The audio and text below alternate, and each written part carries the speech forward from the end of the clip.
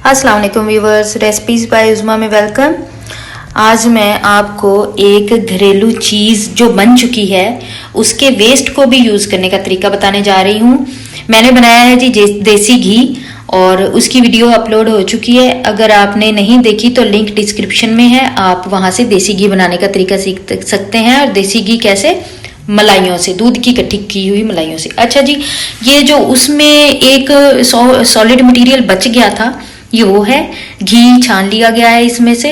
अभी भी इसमें मॉइस्चर तो है लेकिन ये उसका बचा हुआ गूदा है। तो इसके साथ हम बनाएंगे एक मिठाई। उसके लिए हमें चाहिए ये बचा हुआ गूदा। और ये मैंने इसके फ्लेवर्स और जायके के लिए ड्राई फ्रूट्स, बादाम को बारीक कूट लिया है और कोकोनट को ग्रेट कर लिया है। आप जो भी ड्राई फ्रूट ऐड करना चाहें कर सकते हैं। और इसके लिए मुट्ठी भर आटा, इसको पहले मैं यहाँ पर चूल्हे पर पैन में इसको बगैर घी लगाए रोस्ट कर लूँगी और एक साइड पे रख दूँगी। और ये आटा चाहिए मुट्ठी भर। आप अपने इंग्रेडिएंट्स के हिसाब से देख लीजिएगा, जितना ये मटेरियल होगा उसी के हिसाब से बाकी मटेरियल डालेंगे। मुट्ठी भर आटा है, ये हमारे पास बचा हुआ गूदा है और ये ग्रेट किए हुए जो हमारे ड्राई फ्रूट्स हैं।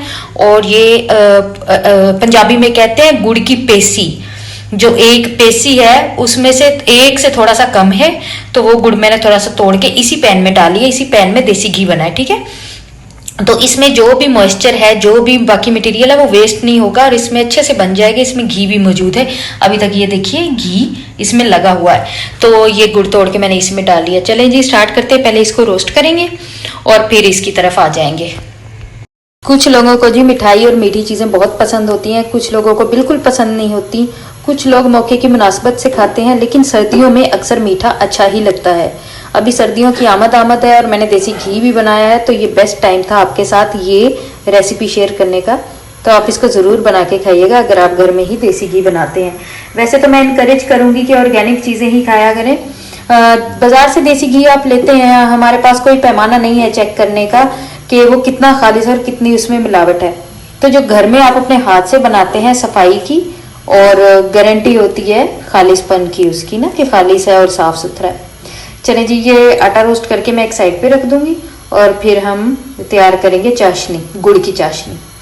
और आटे को कोई ज़्यादा रोस्ट नहीं करना, लाइट ब्राउन सा हो जाए, थोड़ा थोड़ा इसका कलर चेंज होने लग गया है तो थोड़ा सा इसने लाइट ब्राउन हो जाना है तो उतार लेंगे। जलाना बिल्कुल भी नहीं है, इसने उसमें भी पकना है अभी ना, बाकी मटेरियल में थोड़ा सा रोस्ट कर लेंगे ताकि ये बाकी चीज़ें थोड़ी सी कुकड है। वो जो मटेरियल है कुकड है, तो ड्राई फ्रूट को तो कुक करने की ज़रूरत नहीं होती, आप ऐसे ही ऐड कर सकते हैं। हल्का सा इसको लाइट ब्राउन सा कर लेंगे। धुएं निकलने शुरू हो गए, मैं बस करूँगी अब। ये जी गुड़ में थोड़ा सा पानी ऐड कर दिया है इसकी चाशनी बनाने के लिए। ये बिल्कुल जब घुल जाए, हल हो जाए, ब्राउन भी इसकी शक्ल जो ब्राउन हो जाएगी, इसका मतलब है गुड़ का कच्चापन खत्म हो गया है। फिर हम इसमें ड्राई फ्रूट ऐड कर देंगे और आटा ऐड कर देंगे और एंड में करेंगे हम वो जो देसी घी से बचा हुआ गूदा। व्यूवर्स, चाशनी हमारी रेडी है। ये देखिए पानी बिल्कुल खुश्क हो गया। अब ये गुड़ की चाशनी बची है या फिर इसमें घी है। चलें जी, इसमें जल्दी से ड्राई फ्रूट ऐड कर देंगे। इसके साथ ही हम ऐड कर देंगे आटा और इसको अच्छी तरह से थोड़ा सा रोस्ट कर लेंगे। इसमें अच्छी तरह से हमने इसको रोस्ट करना है। जैसे ये सारा आपस में घुल मिल जाए तो हम वो बची हुई वो जो हमारी पंजीरी सी है, वो जो वेस्ट है देसी घी का, वो भी ऐड कर देंगे। इसके लम्स को ख़त्म करें। साथ ही मैं ऐड कर दूंगी थोड़ा सा इलायची पाउडर खुशबू के लिए ना, लम्स को ख़त्म करेंगे हिला के। देखिए व्यूअर्स, चाशनी में आटा और ड्राई फ्रूट अच्छी तरह से घुल मिल गए हैं, गाढ़ा हो रहा है। तो अब हम इसमें ये बचा हुआ गूदा ऐड कर देंगे और इसको भी मिक्स कर लेंगे अच्छी तरह से।